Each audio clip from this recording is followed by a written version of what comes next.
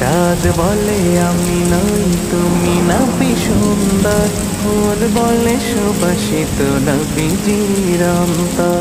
চাঁদ বলে আমি নই তুমি নবী সুন্দর, ফুল বলে সুবাসিত নবীজির অন্তর।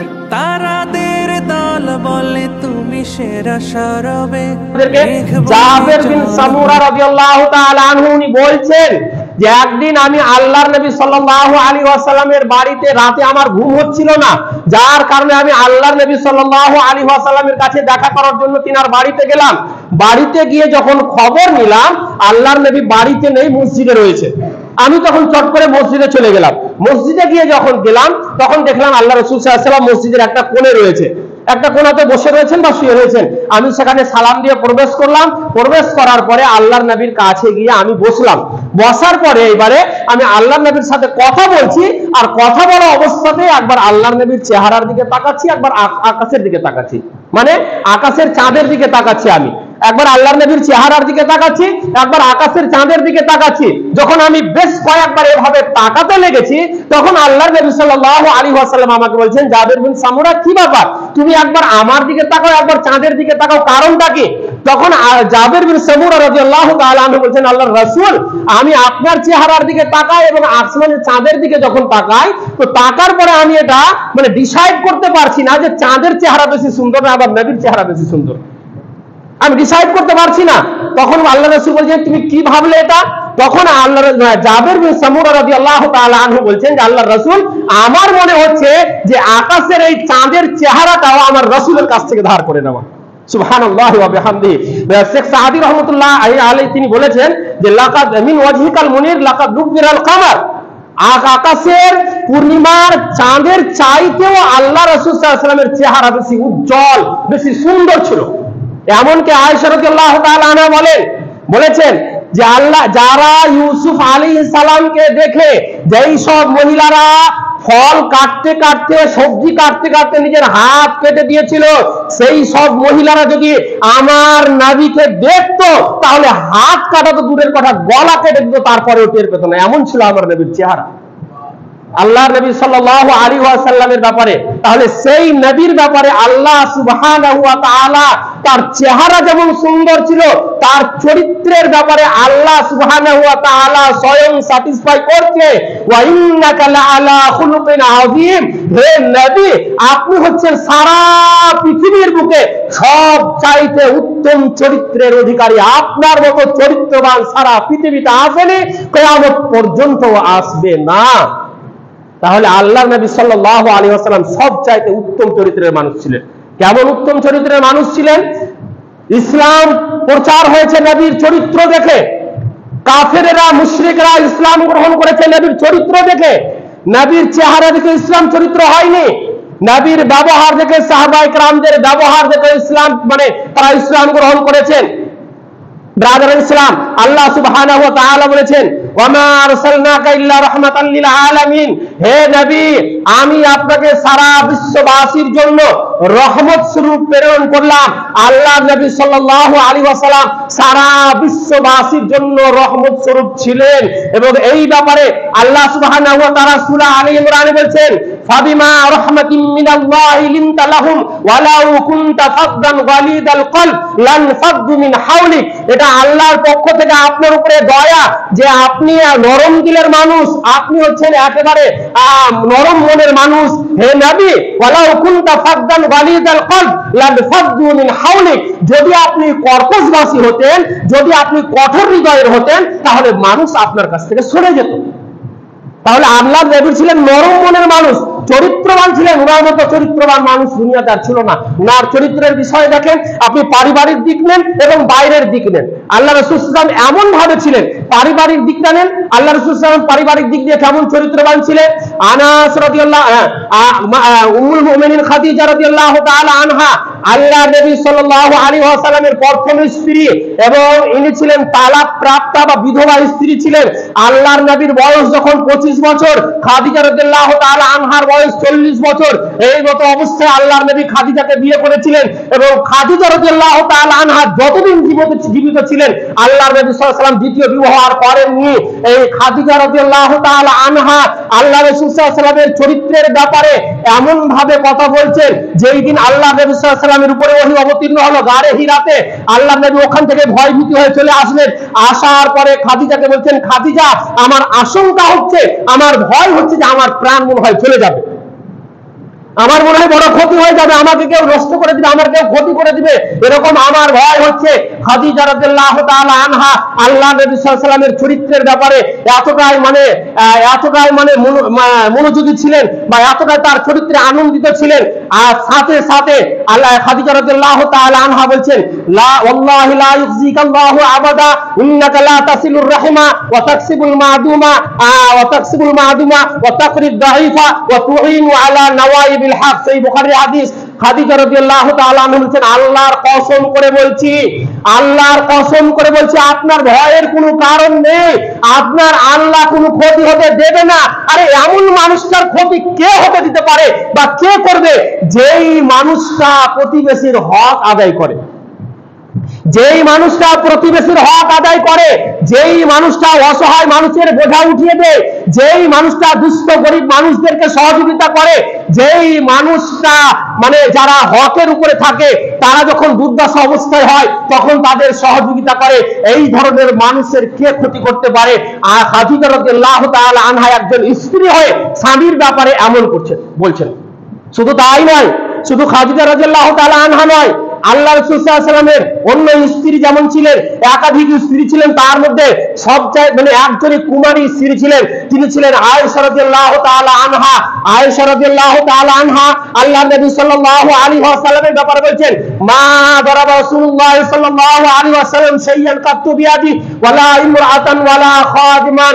আয়েশা রাদিয়াল্লাহু তাআলা আনহা বলেন যে আমার জীবদ্দশায় আমি কোনদিন আল্লাহ রাসূল সাল্লাল্লাহু আলাইহি ওয়াসাল্লামকে দেখিনি যে কারো উপরে হাত তুলেছেন, কাউকে একটা চড় মেরেছেন, কারোর উপরে হাত তুলেছেন, কাউকে না, স্ত্রী কেউ না, প্রতিবেশী কেউ না, চাকর কেউ না, কাউকে না, যুদ্ধের ময়দানেও গিয়ে কাউকে হাত তুলেননি আল্লাহ রাসূল সাল্লাল্লাহু আলাইহি ওয়াসাল্লাম। তাহলে আল্লাহ রাসূল সাল্লাল্লাহু আলাইহি ওয়াসাল্লাম এমন চরিত্রের মানুষ ছিলেন, এমন চরিত্রের মানুষ ছিলেন। আল্লাহ রাসূল সাল্লাল্লাহু আলাইহি ওয়াসাল্লামের কত ক্ষতি করেছে মক্কার মুশরিকরা, কাফেররা কত ক্ষতি করেছে, তারপরে আল্লাহ রাসূল সাল্লাল্লাহু আলাইহি ওয়াসাল্লাম ধৈর্যশীল ছিলেন, চরিত্রবান ছিলেন। নিজের চরিত্রের কারণে আজকে ইসলাম প্রচার হয়েছে, আল্লাহ রাসূলের চরিত্রের কারণে ইসলাম প্রচার হয়েছে। আল্লাহ রাসূল সাল্লাল্লাহু আলাইহি ওয়াসাল্লামের চরিত্রটা দেখুন। আনাস রাদিয়াল্লাহু তাআলা আনহু বলছেন যে আমি আল্লাহ রাসূল সাল্লাল্লাহু আলাইহি ওয়াসাল্লামের বাড়িতে 10 বছর চাকর ছিলাম, 10 বছর দাস হিসাবে ছিলাম। এই 10 বছর থাকা অবস্থাতে আল্লাহ নবী সাল্লাল্লাহু আলাইহি ওয়াসাল্লাম কোনদিন আমাকে এমন কোন শব্দ বলেননি যেই শব্দের দ্বারাতে আমি দুঃখিত হব, আমি কষ্ট পাবো। আনাস এরকম কোন কথা আল্লাহ রাসূল বলেননি। তাহলে আল্লাহ রাসূল সাল্লাল্লাহু আলাইহি ওয়াসাল্লামের চরিত্রটা কেমন ছিল? ব্রাদার ইসলাম, আল্লাহ রাসূল সাল্লাল্লাহু আলাইহি ওয়াসাল্লামের চরিত্র কেমন ছিল এই বিষয়ে দেখুন। সম্ভবত 1980 সালে একজন খ্রিস্টান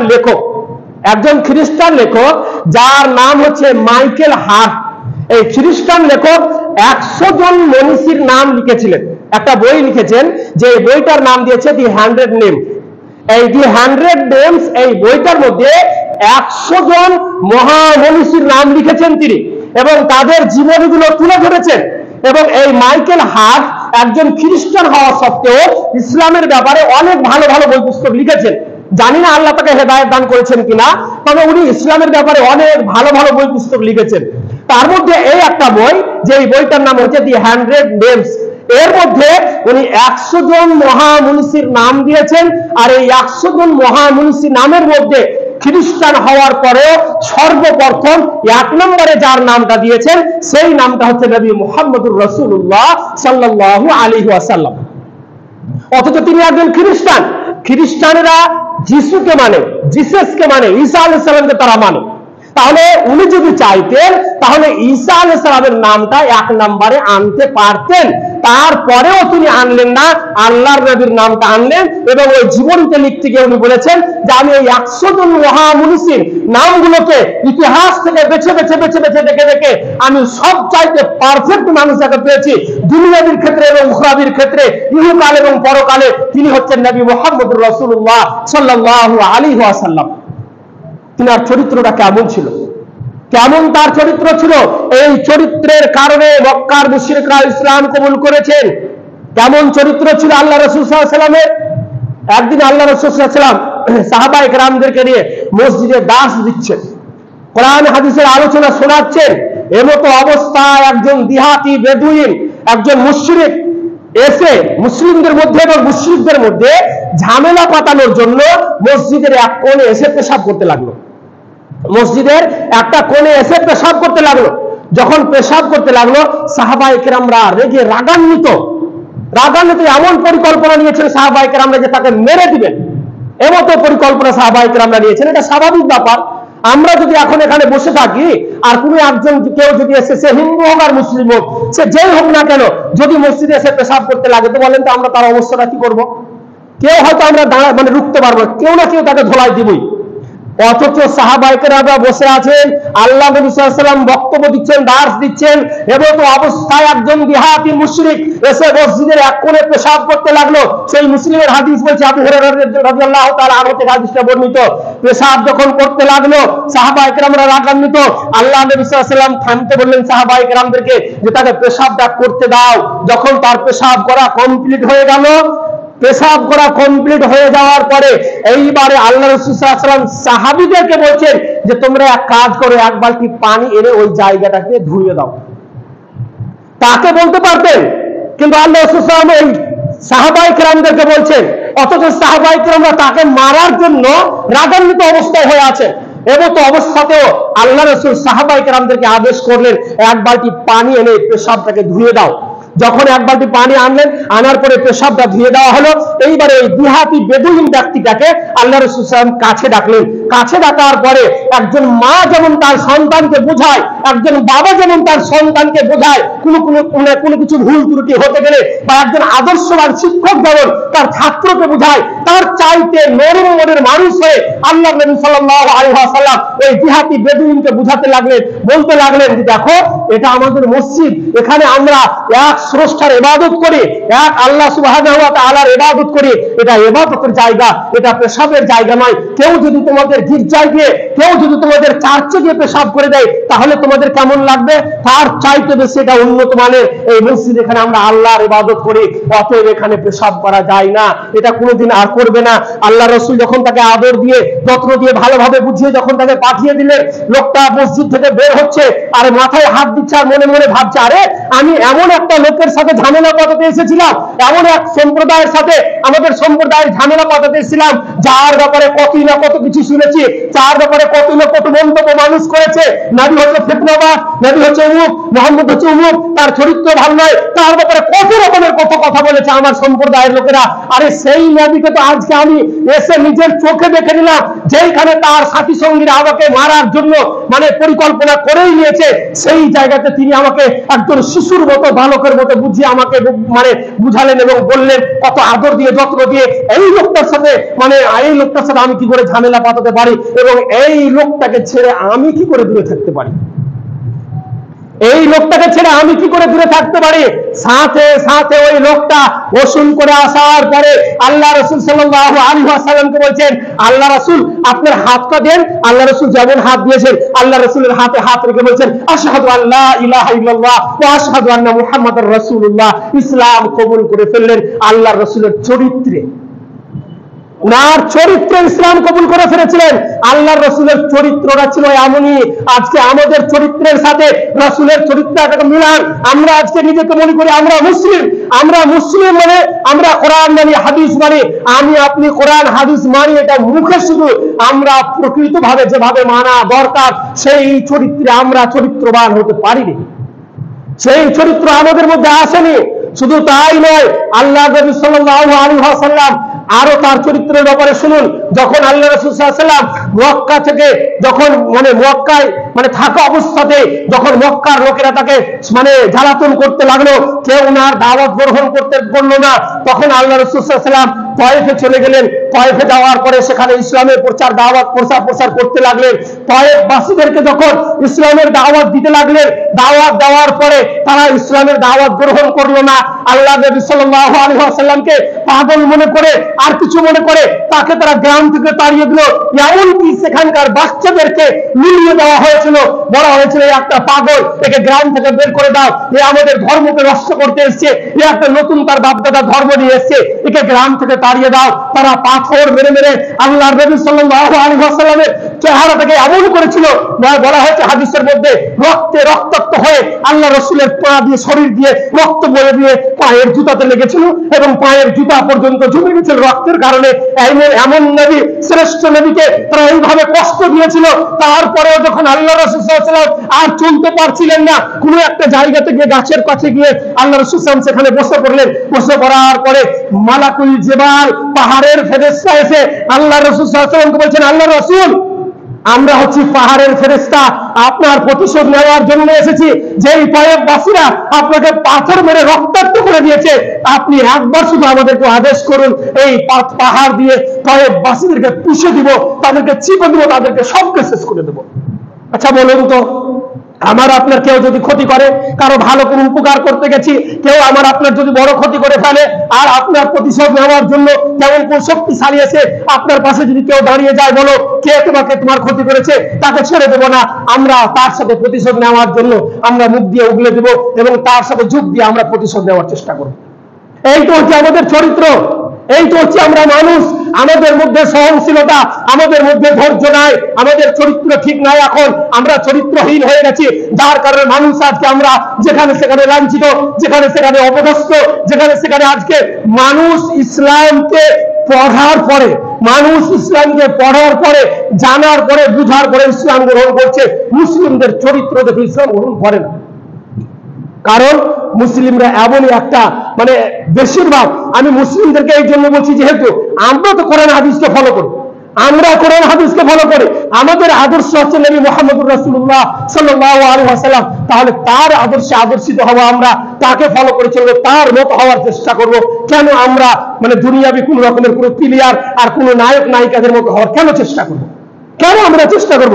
ইসলাম একটা সৌন্দর্য, ইসলাম একটা আদর্শবান ধর্ম, ইসলাম হচ্ছে সারা পৃথিবীর বুকে সবচাইতে শ্রেষ্ঠ ধর্ম, যেই ধর্মের ব্যাপারে আল্লাহ সুবহানাহু ওয়া তাআলা স্বয়ং নিজেই বলেছেন যে ইন্নাদ দীনা ইনদাল্লাহিল ইসলাম, আমার কাছে সবচাইতে পছন্দনীয় ধর্ম হচ্ছে ইসলাম। তাহলে ইসলাম ছাড়া আল্লাহ কোন ধর্মই আল্লাহর নিকটে গ্রহণযোগ্য নয়, পছন্দনীয় নয়। তাহলে ব্রাদারান ইসলাম, আমরা যখন মুসলিম, তাহলে কেন আমরা চরিত্রবান হব না? কেন আমরা চরিত্রবান হব না? আল্লাহ নবী সাল্লাল্লাহু আলাইহি ওয়াসাল্লাম ওই মালাকুল জিবাল, পাহাড়ের ফেরেশতাদেরকে বলছেন, হে ফেরেশতারা, তোমরা প্রতিশোধ নিও না, তোমরা তাদেরকে মেরে দিও না। কারণ আজকে যদি তোমরা তাদেরকে শেষ করে দাও, মেরে দাও, তাদেরকে যদি মানে একবারে নিহত করে দাও, আজকে প্রতিশোধ যদি আমি নিয়ে নিই, তাহলে এর পরে আমার কালেমা কার কাছে পৌঁছাবো, আমার ইসলামের দাওয়াত কার কাছে পৌঁছাবো? এরা এখনো আমাকে জানে না, এরা এখনো আমাকে চেনেনি। যখন তারা চিনবে, যখন তারা জানবে, ঠিক তারা ইসলামের ছায়াতলে আসবে। যখন তারা জানতে পেরেছে, চিনতে পেরেছে, ইসলামের ছায়াতলে এসেছে। ব্রাদারান ইসলাম, তাহলে রাসূলুল্লাহ সাল্লাল্লাহু আলাইহি ওয়াসাল্লামের চরিত্রটা কেমন ছিল? তিনি কেমন কোমল মনের মানুষ ছিলেন, কেমন নরম মেজাজের মানুষ ছিলেন, কেমন নরম হৃদয়ের মানুষ ছিলেন, কেমন ভাবে মক্কার মুশরিকরা আল্লাহ রাসূল সাল্লাল্লাহু আলাইহি ওয়াসাল্লামের চরিত্র দেখে ইসলাম গ্রহণ করেছেন। শুধু কি তাই? আরেকটা কথা বলে দিই, তারপরে ইনশাআল্লাহ সময় শেষ, ছেড়ে দেব। আল্লাহ রাসূল সাল্লাল্লাহু আলাইহি ওয়াসাল্লাম ছোট ছোট শিশুদেরকে ভালোবাসতেন। ছোট ছোট শিশু যারা মসজিদে আসতো, মসজিদের বাইরে যদি আল্লাহ রাসূল সাল্লাল্লাহু আলাইহি ওয়াসাল্লাম যেতেন, তাহলে ছোট ছোট শিশুদেরকে দেখতে পেলেও আল্লাহ রাসূল সাল্লাল্লাহু আলাইহি ওয়াসাল্লাম তিনি সালাম দিতেন, সালাম দিতেন। এর প্রমাণ আনাস রাদিয়াল্লাহু তাআলা আনহু বলছেন যে আমি যখন বাইরে যেতাম, তখন ছোট ছোট শিশুদেরকে সালাম দিতাম। আমার অন্যান্য বন্ধুরা জিজ্ঞাসা করলো, আপনি ছোট বাচ্চাদেরকে সালাম কেন দিচ্ছেন? তখন বলছেন আল্লাহ রাসূল সাল্লাল্লাহু আলাইহি ওয়াসাল্লাম এরকমই করতেন। আল্লাহ রাসূল তিনি এরকমই করতেন, ছোট ছোট বাচ্চাদেরকে রাস্তায় দেখতে পেলে সালাম দিতেন। ব্রাদার ইসলাম, শুধু তাই নয়, ছোট বাচ্চাদেরকে নিয়ে আল্লাহ রাসূল কেমন আদর করতেন, কেমন যত্ন করতেন, কেমন ভালোবাসতেন। একদিন সাদ্দাদ বিন আওস রাদিয়াল্লাহু তাআলা আনহু তিনি বলছেন যে একদিন আমরা আল্লাহ রাসূল সাহেবের পিছনে নামাজ পড়ছি, আল্লাহ রাসূল সাজদায় গেছেন, আর সাজদায় যাওয়ার পরে সাজদা থেকে আর মাথা তুলছেন না, সাজদা থেকে আর মাথা তুলছেন না। বেশ কিছুক্ষণ হয়ে গেছে, আল্লাহ রাসূল সাজদাতেই আছেন। সাদ্দাদ বিন আওস রাদিয়াল্লাহু তাআলা আনহু বলছেন, যখন দীর্ঘক্ষণ হয়ে গেছে আল্লাহ রাসূল যখন সাজদা থেকে মাথা তুলছেন না, তখন আমি চট করে ওই সাজদা থেকে একাই মাথা তুলে আল্লাহ রাসূলের দিকে তাকালাম। তাকিয়ে দেখলাম কি, যে আল্লাহ রাসূলের কোলের উপরে, মানে পিঠের উপরে, যখন আল্লাহ রাসূল সাজদায় গেছেন, আল্লাহ রাসূলের পিঠের উপরে তার নাতনি হাসান বসে আছে। হাসান তার নাতনি বসে আছে। এই বসে থাকার পরে যখন তার মানে আল্লাহ রাসূল সাদ্দাদ বিন আওস বলছেন, আমি আবার সাজদায় চলে গেলাম। যখন আল্লাহ রাসূল কিছুক্ষণ পরে সাজদা থেকে মাথা তুললেন, সাহাবায়ে কেরামরা সালাম ফেরার পরে এইবারে জিজ্ঞাসা করতে লাগলেন, আল্লাহ রাসূল আপনি তো অন্যান্য দিনে এত লম্বা সাজদা করেন না, আজকে কেন এত লম্বা সাজদা? তখন আল্লাহ রাসূল সাল্লাল্লাহু আলাইহি ওয়াসাল্লাম বলেন, আরে আমার নাতি, আমি যখন সাজদায় গিয়েছিলাম তো আমার নাতি আমাকে মানে সাওয়ারি বানিয়ে নিয়েছিল, সাওয়ারি বানিয়ে আমার পিঠের উপরে চেপে গেছিল। তো যখন আমার পিঠের উপরে চেপে গেছিল, আমিও মনে মনে ভাবলাম যে সে যখন আমার পিঠে চেপে একটু মজা করছে তো করুক না, তাকে আর নামিয়ে দিয়ে আমি কেন কষ্ট দেব, কেন কষ্ট দেব? আমি যে কথাটা বলতে চাচ্ছি এটা কেন, এই জন্যই বলতে চাচ্ছি। আজকে দেখুন আমাদের এই বিশেষ করে বেশ কিছু মসজিদগুলোতে, বেশ কিছু, সব মসজিদ না, বেশ কিছু মসজিদগুলোতে দেখুন যেই সব বাচ্চাদের বয়স 7 বছর হয়ে গেছে, 7 বছরের উপরে 8 বছর 9 বছর হয়ে গেছে, সেই সব বাচ্চারা যখন মসজিদে সালাতের জন্য আসে, বাচ্চা তো বাচ্চার মতোই তো করবে। হাসান তো যে সমস্ত যুবকদের জান্নাতের সর্দার, হাসান এবং হুসেন, অথচ আল্লাহ রাসূল সাজদায় গেছেন, বাচ্চা ছেলে পিঠে বসে গেছেন। তো বাচ্চারা তো বাচ্চার মতো করবে। মসজিদে আসে, মসজিদে আসার পরে অনেক মানুষ, সবাই না, বেশ কিছু মানুষ রয়েছে যাদের গা জ্বালা পোড়া করে। বাচ্চারা মসজিদে আসলে তাদের গা জ্বালা পোড়া করে, তারা একটু চাচাচাচি করলে, তারা একটু দৌড়াদৌড়ি করলে তাদেরকে ধমক দিয়ে হাত সরিয়ে দেয়, চড় দিয়ে সরিয়ে দেয়, মানে আরো অনেক কথা বলে।